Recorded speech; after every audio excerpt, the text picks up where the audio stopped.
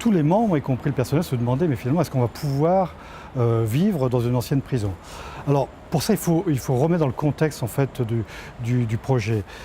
On est en 2009, l'État a besoin d'argent et décide en fait sur le site ici de vendre ce qui était les anciennes prisons insalubres, on appelait ça la marmite du diable, donc qui explique bien qu'il faisait très très chaud l'été, très très froid l'hiver et on était dans le 19e siècle. Et c'est à partir de là en fait que tout s'est enclenché. Voyant apparaître en fait un permis de démolir qui arrive sur le bureau de la ville de Lyon, la ville de Lyon s'en inquiète. Les gens autour finalement qui ont l'habitude d'avoir toujours vu ce lieu d'enfermement, finalement s'aperçoivent qu'ils avaient un rapport aussi sensible à ce lieu-là, même si voilà, c'est un rapport un peu étonnant de la prison.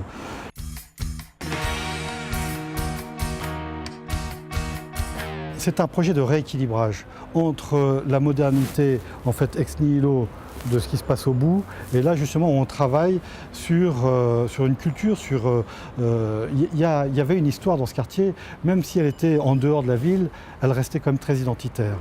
Et puis il y avait quand même deux prisons avec qui représentaient quelque chose d'extrêmement intéressant, c'est que les prisons finalement reflètent l'état d'une société à un moment donné.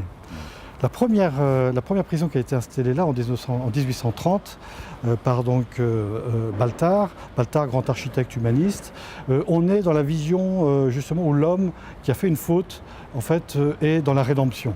Et donc on va l'enfermer, mais on va l'enfermer dans un lieu où il va se reconstruire. Et c'est pour ça qu'on a une vision, on est encore dans une France très catholique aussi, donc on a une forme de prison en forme de monastère, c'est pour ça qu'on parle de cellules, on a des déambulatoires, on a tout en fait, le vocabulaire d'une abbaye.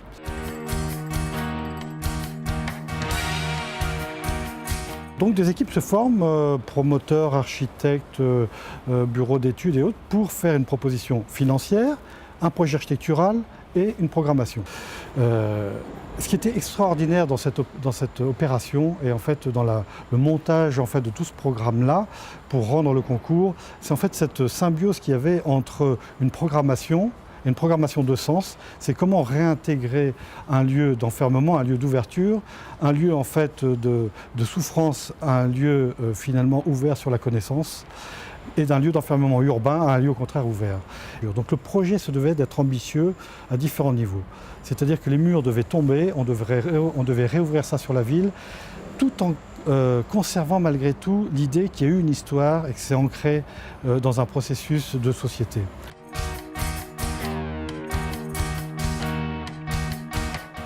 Alors en fait c'est plus un rôle de coordinateur général à la fois architectural et urbain, c'est veiller à la cohérence effectivement entre l'architecture des deux sites pour faire qu'un seul projet et les liens avec l'extérieur. Alors un seul projet de site, ça ne veut pas dire que tout se ressemble. C'est au contraire qu'on ait un projet qui prend l'individualité de chaque identité de site pour avoir une vision globale, mais à chaque fois cette vision globale toujours vue par rapport à l'extérieur. C'est adapter toute la silhouette, auberge, à ce qu'on voit sur Fourvière, donc c'est la vue lointaine qu'on a sur le projet et c'est la vue du projet sur l'extérieur, notamment toutes les traversées qui vont donc des deux prisons qui à terme, on avait déjà prévu qu'elle arriverait sur les berges le jour où l'autoroute serait déclassée. Donc c'est comment anticiper sur... voilà. Et donc c'est cette vision globale qui permet en fait de piloter pour que chacun après travaille vraiment et mette toute son énergie là où il doit le dépenser.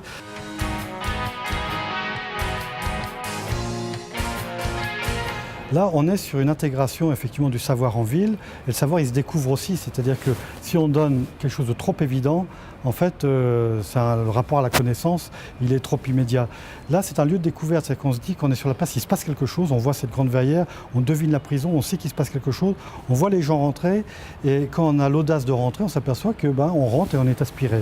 À partir de là, on croise des étudiants certes, mais plein de monde, c'est-à-dire que c'est une université qui est ouverte.